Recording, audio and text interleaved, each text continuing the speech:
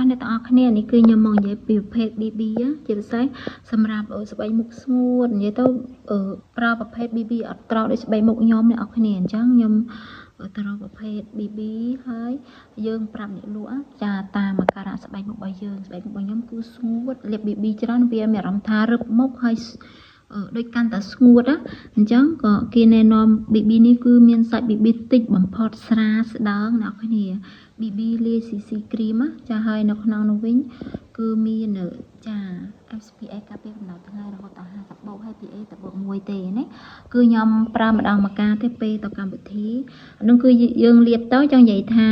អត់ជួយបិទបាំងស្នាមទេដោយសារតែសាច់ BB គឺស្ដើងលាបទៅមុខយើងរលោងហើយតុនណាអ្នកគ្នានេះចាខ្ញុំប្រើហ្នឹងចាំមើលខ្ញុំមើលឲ្យអ្នកទាំងអស់គ្នាមើលសាច់វិញរូបចាទង់ជាតិខ្មែរយើងនេះអ្នកនរគ្នាណាដែលធ្លាប់ប្រើអត់នេះអ្នកនរគ្នាគឺខ្ញុំប្រើហ្នឹងនិយាយទៅយូរខ្ញុំប្រើម្ដងទេសារតែខែនេះគឺប៉ះកម្មវិធីហើយខ្ញុំផាត់មុខខ្លួនឯងអញ្ចឹងទៅខ្ញុំលាបបែបថ្នាក់តែបែបស្រាលស្រាលទៅកម្មវិធីអីក៏ខ្ញុំលាបស្រាលស្រាលអ្នកនរគ្នាអញ្ចឹងខ្ញុំប្រើ BBCC នេះណាគឺ 2 in 1ចាយើងបានទាំង BB cream ហើយនិង CC cream សាច់រាវអ្នកនរគ្នាសាច់ BB របស់យើងគឺសាច់អញ្ចឹងអានេះគឺខ្ញុំដាក់ច្រើនប៉ុន្តែយើងលាបលើមុខរបស់យើងគឺរលោងចាំមើលខ្ញុំឲ្យអ្នកទាំងអស់គ្នាខ្ញុំមុខរបស់ខ្ញុំលាបចាខ្ញុំលាបម្ដងម្កាលទេនិយាយទៅប្រើរបស់ហ្នឹងគឺយើងប្រើជាប្រចាំវាអត់សល់ល្អសម្រាប់ស្បែកមុខរបស់យើងទេជាស្បែកមុខខ្ញុំផ្ទាល់តែប្រើហ្នឹង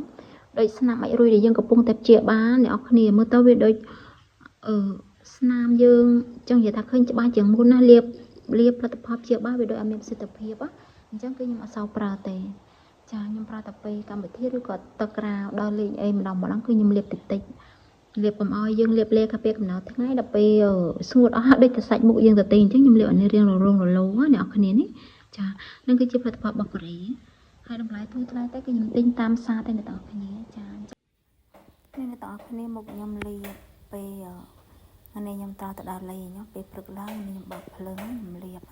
ហើយខ្ញុំថតកាមេរ៉ា iPhone តែអ្នកនរគ្នានេះគឺអញ្ចឹងធម្មជាតិ